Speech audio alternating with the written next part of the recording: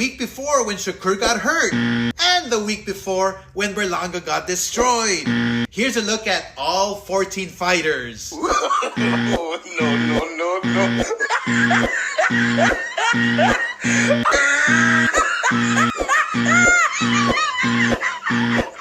You must be the biggest pathological liar on the planet to try and continue convincing us that you're good at your job. It is a train wreck.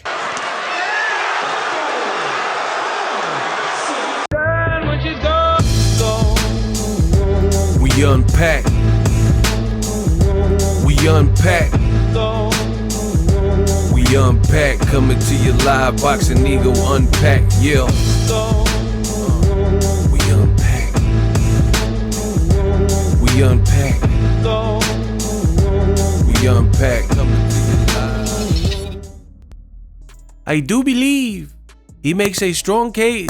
Clapback Thursdays. Oscar De La Hoya rips British promoter, yeah, bloody hell, mate, Eddie Hearn. He reacts to Regis Prograis, another rematch room fighter that has lost in recent memory. And he takes to his social media and he says, and I quote, "Clapback," meaning the Clapback Thursday, "will be epic." So you already have an idea just off of that and the timing of the tweet, what he's referring to. And at 3:13 p.m., he said, "I'm sorry, Regis Prograis. Rematch room boxing ruined your career with the worst matchmaking in the business." Wow. Now, what's pretty funny about this is Oscar tweeted this at 3:13 p.m.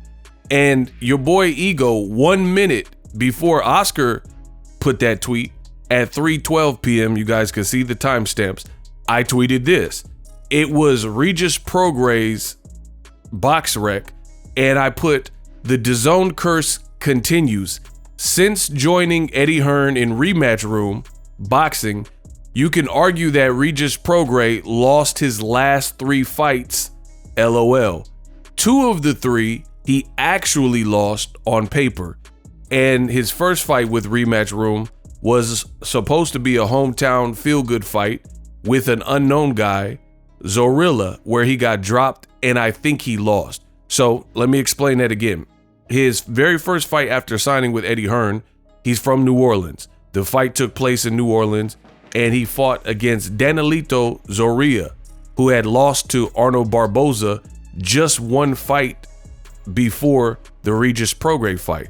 So he literally had 1 win, and right before that, he was coming off of a loss to Arnold Barboza, right? Who's also with Golden Boy, right?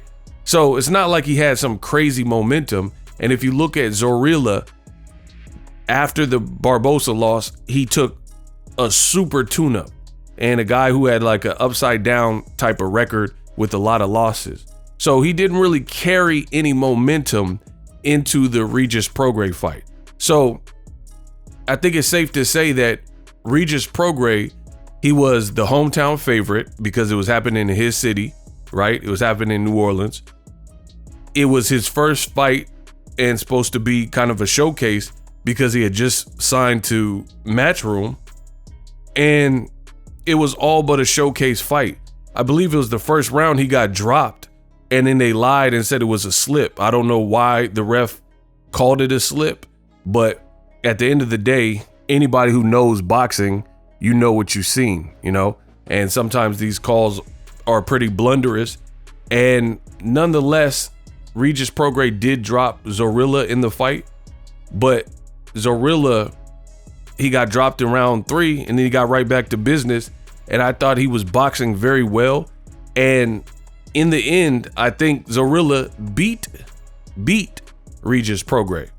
So this is not a stretch when I tell you this, that Regis Prograis, he had 3 fights with Eddie Hearn in rematch room, and you could easily make the argument that he should be 0-3 with Eddie Hearn in rematch room, basically on DAZN. He should be 0-3. Now, from an official as it sits, he won the Zorilla fight. So he just lost to Devin Haney and Jack Catterall. So no matter how you slice it, he's either lost 2 of the 3 fights. So he's 1-2 in the 3 fights. But again, we know boxing is full of politics and scams and corruption and things like that. You go watch that fight with Zorilla and Regis Prograis and then come back to this video and tell me that you comfortably and confidently believe that Regis Prograis won. So either way, that's not a great record since signing and teaming up with Eddie Hearn. So it's funny, me and Oscar De La Hoya, there's a lot Oscar says that I don't agree with, but within 1 minute of each other, we both put pretty much identical or eerily similar messages on Twitter regarding Eddie Hearn's record. I mean, it's getting bad. And it's funny because Eddie Hearn is a person who, he doesn't shy away from the cameras. He's probably the most outspoken in terms of promoters. Like Bob Arum's 90. So he's not really going to do a bunch of unnecessary interviews. And, you know, he's just been in the game too long. Al Heyman is an advisor. He's never been a person doing a bunch of interviews and stuff like that. So you have Eddie Hearn, who always, you know, does these 40-minute long, hour-long interviews, things like that, and he doesn't shy away from it. So I think some people, they like him for those reasons, but I'm just here for the boxing. It's not who you like as a person, facts or facts over feeling. And the reality is that Eddie Hearn, namely, when I say this, I'm talking about American fighters, he has not turned over any American stars. Like, took somebody who wasn't popping in America and then they signed with him and their career blew up in a positive way. It's usually blowing up in the opposite way. And here's the thing, it's not just American fighters. Let me continue. So for example, between just people who have signed, it's like the DAZN curse continues. You look at Subriel Matias. Subriel Matias left PBC where he was considered a boogeyman.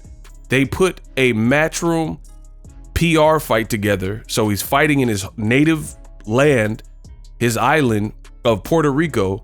And then they match him with Liam Paro and Liam Paro beats him. And now you have Subriel Matias. He's fighting on some low level card. I don't know what, you know, what his deal is now, but he's coming off of a loss and he lost his IBF title. So that's Subriel Matias. Regis Prograis. I already went over Regis Prograis and he's virtually 0-3 since joining DAZN and Matchroom, right? So this is not a good record.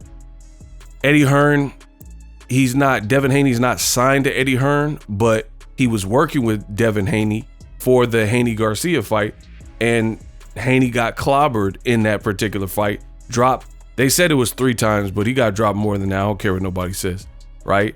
And through a technicality, Osterine test or whatever, the fight was reversed and overturned, but the damage was already done to Devin Haney's career. So that's Subriel, Regis, Devin Haney. He signed Alicia Baumgardner, and then she pops dirty. And then her last fight, she finally, you know, got cleared to fight. And then she fights against Delphine Persoon, who has a leg brace on. And then the fight ends on basically an injury. You look at Sandy Ryan. She just fought Michaela Mayer. She just lost, right? And lost her title. You look at Deontay the Bronze Bomber Wilder. He, for whatever reason, left PBC, wanted to do business in Saudi, and landed up on Eddie Hearn's team as a team captain, and they put him in with Joseph Parker. He loses that fight, but I don't know if Eddie Hearn was attached to that. But the second one, where he was the team captain, was against a 300-pound Chinese southpaw who got boxing ability and power, Zelle Zhang, and then Wilder gets knocked out, and we haven't really heard much from Wilder since. You look at Ray Ford. Ray Ford, Matchroom lost to Top Rank, and then they put on a fight on Top Rank on ESPN. Ray Ford wins in the final round for a crazy finish, and he becomes a champion. And then they put Ray Ford against Nick Ball in that 5 versus 5 thing, and then he loses his title, and now he's moving up in weight, right? Speaking of the 5 versus 5, every single fight from Wilder to Ray Ford to Ammo Williams, who lost to Hamza Shiraz, right? All 5 of those fights, Eddie Hearn's fighter lost to the Frank Warren fighter in Queensberry Promotions. So that wasn't a good look. You lost 5 fights in one night to a rival British promoter who people call fish eyes and all that, and you've had a long-standing beef, your company and his company.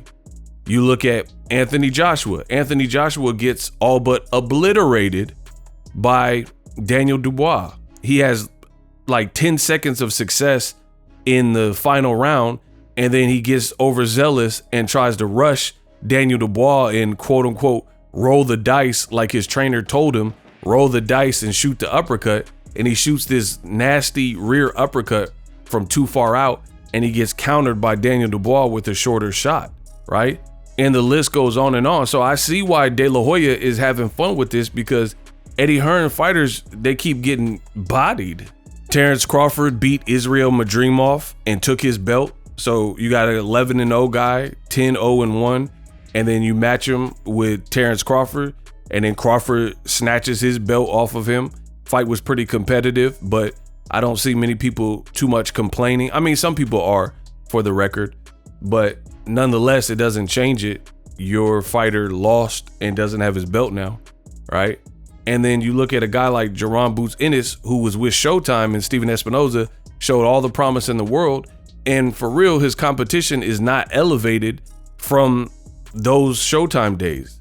I mean, in fact, one of the guy he's about to fight, Karen Chukadasian, is a guy he fought on Gervonta Davis's undercard, where a fight like that truly belongs. That's like an undercard PBC fight, but for Eddie Hearn, that become a main event. You know what I mean? And then Jerron Boots Ennis, talented fighter, but he seemingly can't get the names that he so desires. Crawford, you know, they're saying Virgil Ortiz, but I heard Robert Garcia say that was cap. And it's all speculation at this moment. So Eddie Hearn needs to do something, and he needs to do something pronto, because he really got too many people losing. I mean, I could keep going. Terry Harper, she got knocked out by Sandy Ryan, and then, like I said, Sandy Ryan ended up losing her belt to Michaela Mayer on Top Rank. You got Dimitri Bivol. Dimitri Bivol is a Eddie Hearn fighter, and he just lost to Artur Beterbiev. All the titles were on the line, undisputed, and he loses. Eddie Hearn has Campbell Hatton, the son of Ricky Hatton. He just rematched the guy, and he lost again to the same guy. So Campbell Hatton keep losing. You got Caleb Smith. He got knocked out in January by Artur Beterbiev viciously. We ain't seen him since. You got Edgar Berlanga, the chosen one, lost his undefeated record, fought Canelo Alvarez. I mean, what are we talking about? This is a lot of losses. It's not even, I mean, we're almost to the end of the year. Fair play to that. But we still got 2 more months left, right? And all these guys have lost. And then you got other guys, like I said, Alicia Bumgarner popped dirty, and then I guess she cleared her name. Dillian White popped dirty. Connor Benn popped dirty. So that's not looking good. You know, Joshua's career is in jeopardy. People are like, are you going to rematch Daniel Dubois? Because for me, if he rematch Daniel Dubois, that's a super dangerous fight. And I'm picking Dubois again, and I think they'll duck the fight. All right. So all in all, that's just a lot of fighters that are losing on these rematch room cards. Now, I know what y'all are thinking. You know, I'm going to have a couple people who are like, oh, it's just a coincidence, like Joe Cordina losing, and then he's supposed to fight Shakur Stevenson. Shakur gets hurt. It's just a lot of mishaps and misfortune. But again, the naysayers, they're going to come and leave comments to try to throw the dogs off the scent and say like, oh, that's what happens when the best versus the best and all this crap. But here's the thing is some of these fights and people are losing, and these aren't necessarily the best person in the division. It's not like some of these guys aren't even champions. They're just losing, you know? And the point is this, you're not supposed to cherry pick in boxing, but you are supposed to develop your talent. Like if Eddie Hearn had a contemptuous relationship with Deontay Wilder, and Wilder was already coming off a loss to Joseph Parker, why would he be fighting a fight so dangerous like a Zelle Zhang coming off of a loss? See, I tell you guys, a lot of fight fans, their expectations are stupid and they're going to call for this stuff, but that's not a way to develop a fighter. Just pretend your fighter was somebody that you were managing. Do you think when you're a person like Wilder who's built up a name and you already just lost to Joseph Parker convincingly and you virtually lost every single round, you don't have a belt. So you don't owe it to anybody like, oh, I got to fight, you know, for a title or this and that, right? There's nothing that says that.